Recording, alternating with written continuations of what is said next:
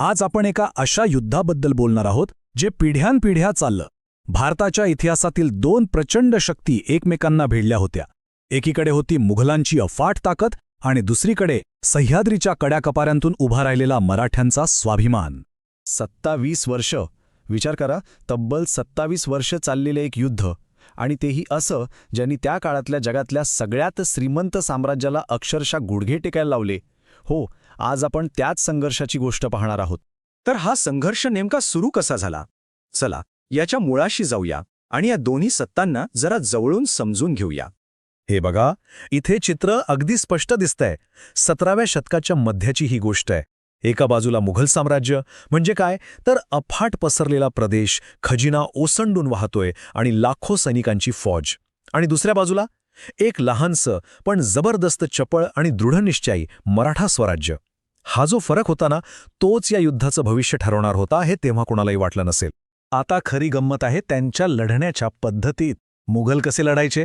एकदम पारंपरिक पद्धतीने. मोठमोठ्या फौजा घेऊन यायच्या, किल्ल्यांना वेढा घालायचा, महिने महिने वाट बघायची. पण मराठ्यांचं तसं नव्हतं.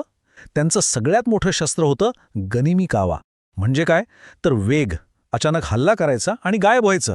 स्थानिक डोंगरदऱ्यांची माहिती तर इतकी अचूक की विचारायची सोय नाही. आणि हाच फरक या संपूर्ण संघर्षाचा आत्मा होता. आणि या संघर्षाची पहिली ठिणगी ज्याने टाकली ते होते छत्रपती शिवाजी महाराज. त्यांनीच मुघलांविरुद्ध एका थेट आणि न संपणाऱ्या लढ्याला सुरुवात केली. तर हा गनिमी कावा म्हणजे नेमकं काय, असा प्रश्न पडला असेल. सोप्या भाषेत सांगायचं तर हे एक असं तंत्र आहे जिथे आपल्या वेगाचा आणि अचानक हल्ला करण्याच्या क्षमतेचा वापर केला जातो. जिथली जमीन आपल्याला पाठ आहे त्या ज्ञानाचा वापर करून एका मोठ्या पण हळू चालणाऱ्या सैन्याला हैराण करून सोडता येतं. आणि मराठ्यांसाठी तर हे तंत्र जणू वरदानच ठरलं. पण एक मोठी अडचण उभी राहिली. मुघल सेनापती शाहिस्तेखान थेट मराठा साम्राज्याच्या काळजात म्हणजे पुण्यामध्येच येऊन बसला होता. आता यावर महाराजांनी जो डाव टाकला तो कुणाच्या कल्पनेतही आला नसेल. विचार करा, थेट त्या सेनापतीच्या महालात मध्यरात्री घुसून हल्ला करण्याची योजना. किती धाडसी आणि अविश्वसनीय नाही का? आणि याचा परिणाम काय झाला? मुघलांना इतकी मोठी नामुष्की पत्करावी लागली की त्यांना माघार घ्यावी लागली. हा मराठ्यांसाठी फक्त लष्करी विजय नव्हता, हा एक प्रचंड मोठा मानसिक विजय होता. या एका घटनेने दाखवून दिलं की मराठे फक्त बचाव नाही तर जबरदस्त प्रतिहल्लाही करू शकतात. पण या विजयानंतर कहाणीत एक नवीन वळण आलं.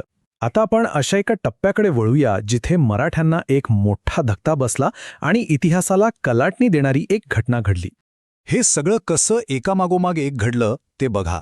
सगळ्यात आधी लष्करी दबाव खूप वाढला आणि 1665 साली पुरंदरचा तह करावा लागला. त्यानंतर औरंगजेबानं महाराजांना आग्र्याला भेटीसाठी बोलावलं.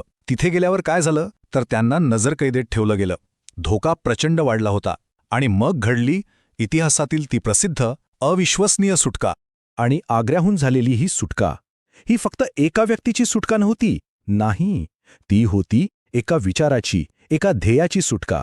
या एका घटनेने मराठ्यांच्या संघर्षाला अशी काही ऊर्जा दिली की ती आजपर्यंत शौर्याचं प्रतीक म्हणून ओळखली जाते.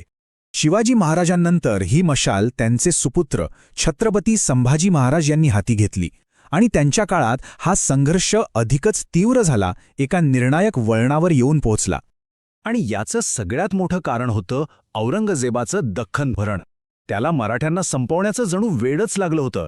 याच वेळापायी तो तब्बल 27 वर्ष आपलं सगळं साम्राज्य, आपला दरबार, आपलं सैन्य सगळं काही घेऊन दख्खनमध्ये येऊन बसला. आणि त्याचा हाच एक निर्णय त्याच्या संपूर्ण साम्राज्यासाठी विनाशकारी ठरणार होता. हा घटनाक्रम बघा एकदा. 1680 मध्ये शिवाजी महाराजांचं निधन झालं. पुढच्याच वर्षी 1681 मध्ये औरंगजेब स्वतः दख्खनमध्ये आला.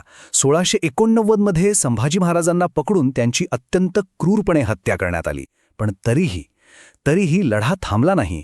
तो अखंड चालूच राहिला थेट 1707 पर्यंत, जोपर्यंत औरंगजेबाचाच मृत्यू झाला नाही.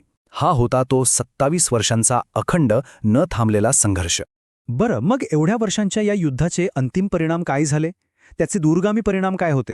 हा चार्ट बघा, म्हणजे सगळा हिशोबच समोर येतो. एका बाजूला मुघल साम्राज्य आर्थिकदृष्ट्या पार खचून गेलं, खजिना रिकामा झाला. आणि दुसऱ्या बाजूला मराठा सत्ता, तिचा प्रदेश प्रचंड मोठ्या प्रमाणात वाढला.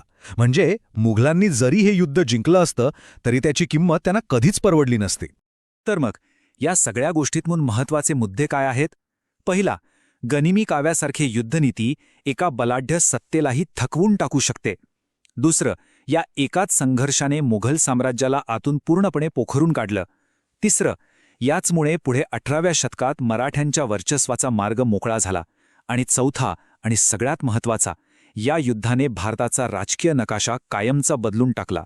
आणि जाता जाता एक प्रश्न जो विचार करायला लावणारा आहे. जगातलं सगळ्यात श्रीमंत साम्राज्य, ज्याच्याकडे अमाप सैन्य आणि संपत्ती होती, ते एका विचाराविरुद्धचं युद्ध, स्वातंत्र्याच्या एका संकल्पनेविरुद्धचं युद्ध खरंच कधी जिंकू शकलं असतं का?